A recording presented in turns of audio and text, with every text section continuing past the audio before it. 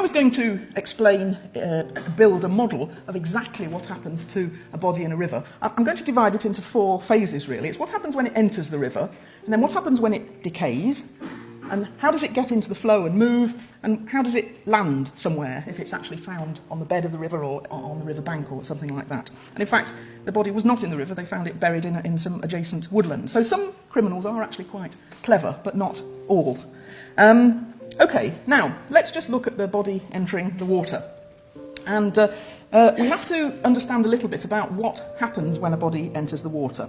Now here, you can see here, this is I'm very grateful to the Institution of Environmental Sciences for drawing me these diagrams, but here you can see a body entering the water, and it's going to go down through the depth of the water, which can be any kind of depth.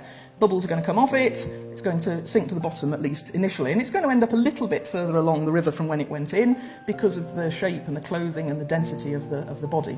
So it's going to end up probably on the bed of the stream. There's the obligatory shopping trolley, of course. And then it's going to start to decay, and the rate of decay of the body is going to be affected by the temperature and the size of the body, and it's going to generate a volume of gas in the body, now particularly in the torso, not anywhere else in particular, but in the main chest or abdominal cavity of the body, because those are where there are voids. But at least initially it's going to sink to the bottom of the stream.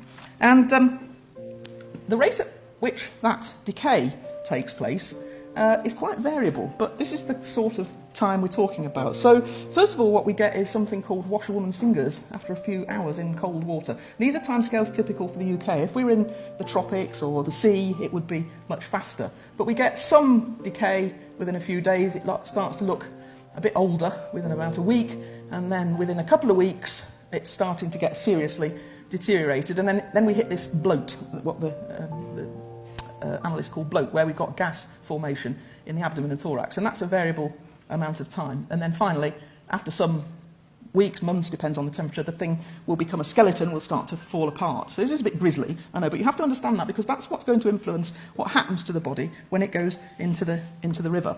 Now, of course, my evidence is not the only scientific evidence that's used. All sorts of evidence is used. Here's some University of Warwick academics. They, in this particular case, analysed the breakages in the bones and identified the saw that was used, which is on the right-hand side there.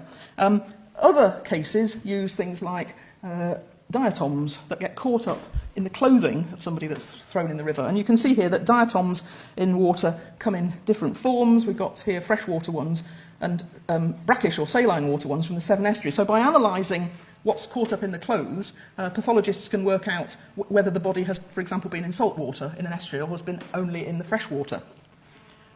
Similarly, this is pollen. Many of you will know that pollen grains are very easy to identify, many of them, and again can identify whether a body was in perhaps a rural setting surrounded by, say, grass grains, wheat or something like that, or in an area where the pollen is diverse, very diverse, where there are maybe exotic garden plants. Okay, so that's another possibility. Look away if you don't like this. Insect infestation. I'm just looking to see who has looked away. Nobody, actually.